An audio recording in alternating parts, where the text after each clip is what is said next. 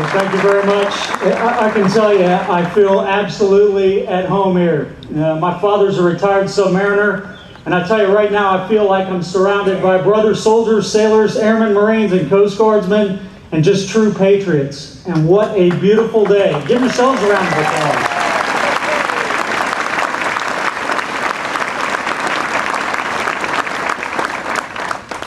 I think we're all blessed to be here today. Now, Mayor Chaffee, elected officials, distinguished guests, our Gold Star families, veterans, families, and friends, I'm honored to be with you here today. This ceremony to me is both reverent and inspiring. And as a professional soldier, I got to tell you, I'm humbled to take part. You know, President Coolidge once said, "The nation which forgets its defenders will itself be forgotten."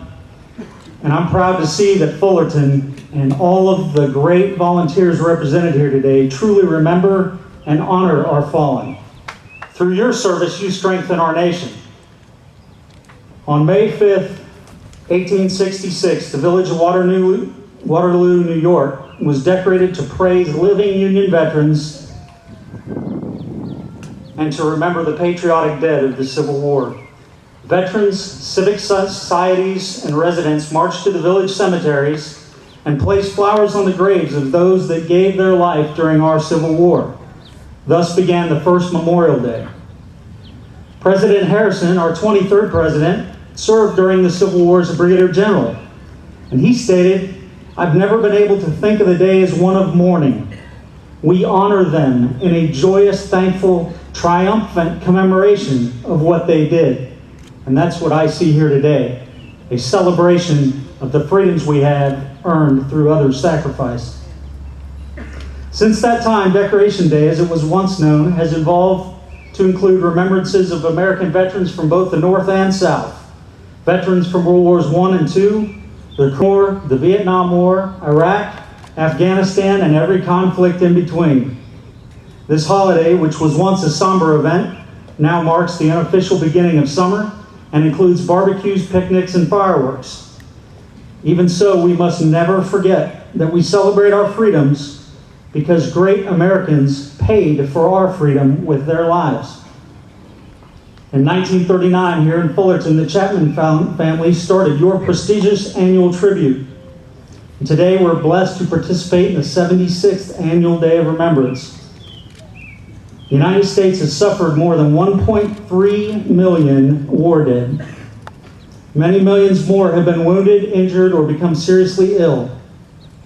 Still, many millions more sacrificed a part of their life to serve our great nation. The scope of the sacrifice is hard to comprehend. How could so many sacrifice so much for us? Today, we focus on one group as a representative of the greater whole. In celebration of the 70th anniversary of D-Day, I've been asked to talk about the 101st Airborne Division's role in D-Day. And I'm honored to do so, as I've served more than 6 years in the 101st Airborne Division, the famed Screaming Eagle.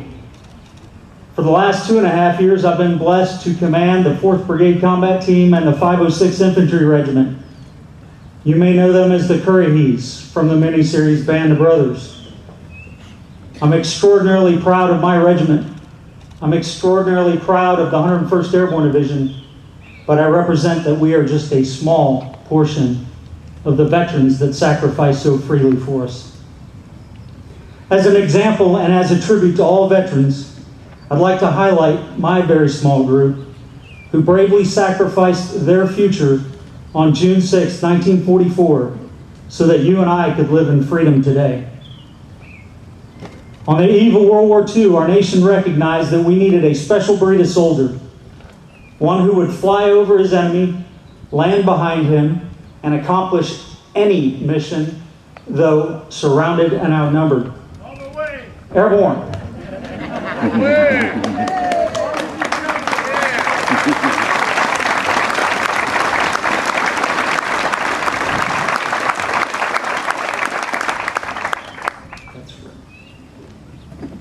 I understand we've got a brother, Currahees, who jumped on D-Day, so I can't wait to shake hands with you, sir.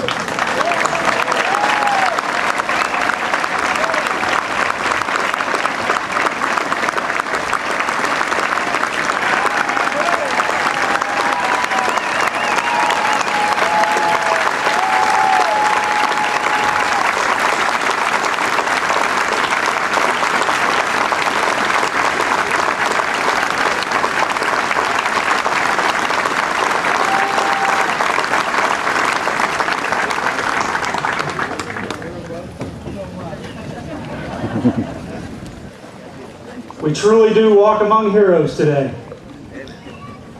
72 years ago, the 101st Airborne Division and the 506th Parachute Infantry were activated. The 506th, named Currahees after the mountain where we trained, was the first airborne regiment built from volunteers and the first airborne regiment to complete jump training as a unit. For 2 years, they trained to demanding standards and honed themselves to a razor-sharp edge. It took 5,000 civilians to create the 1,800 Currahees who would eventually jump into Normandy on D-Day. They were physically and mentally tough. They pushed themselves beyond human limits. They mastered their skills. They endured hardship and sacrifice to accomplish the mission. They did the right thing in the absence of orders or leadership. And they would regularly volunteer to take on the hardest of tasks. On the 5th of June, those 1,800 paratroopers boarded aircraft bound for the drop zones in Normandy. Planning for a 50% casualty rate if all went well, those young men found strength in their training, courage in their brotherhood, and purpose in serving something greater than self. They knew that the outcome of the battle in Europe, victory in World War II, and the fate of the world relied upon their courage, conviction, and their willingness to sacrifice. It goes without question that the modern world would be significantly different had they not done their duty. Paratroopers from the 101st Airborne Division were the first to drop on D-Day, jumping around 1 o'clock in the morning on the 6th of June. They were tasked with controlling the causeways behind Utah Beach and destroying roads and rail bridges. The aircraft couldn't fly in tight formations because of the thick clouds, and many paratroopers were dropped miles from their drop zones. Many planes came in so low that they took anti-aircraft fire and machine gun fire. Some paratroopers were killed in their aircraft, others on impact as they jumped too low for their chutes to open. Still more drowned in fields that the Germans had flooded. Assembling into fighting units was very difficult due to the poor drops, the enemy, the thick terrain, and the limited communication. After 24 hours, only a third of the force was accounted for.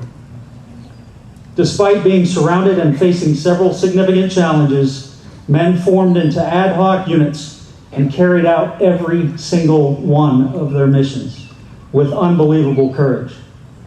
Many paratroopers continued to roam and fight behind enemy lines for up to 5 days. On D-Day, the 101st Airborne Division suffered 1,240 casualties. During the Normandy campaign, airborne forces suffered 1,003 killed, 2,657 wounded, and 4,490 missing.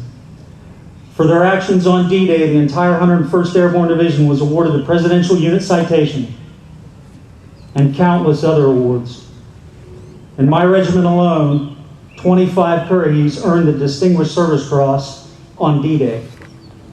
But their sacrifice was far from over. Those troopers fought through the airborne invasion of Holland, the Battle of Bulge, and across Europe to Hitler's Eagle's Nest. The Screaming Eagles of World War II forged a legacy of valor and mission accomplishment, and they showed the world that a group of soldiers operating as a band of brothers could not be beaten. They would accomplish anything. That brotherhood carried them through Europe, back to the United States, and I can tell you, sir, that brotherhood is just as strong today. Thank you.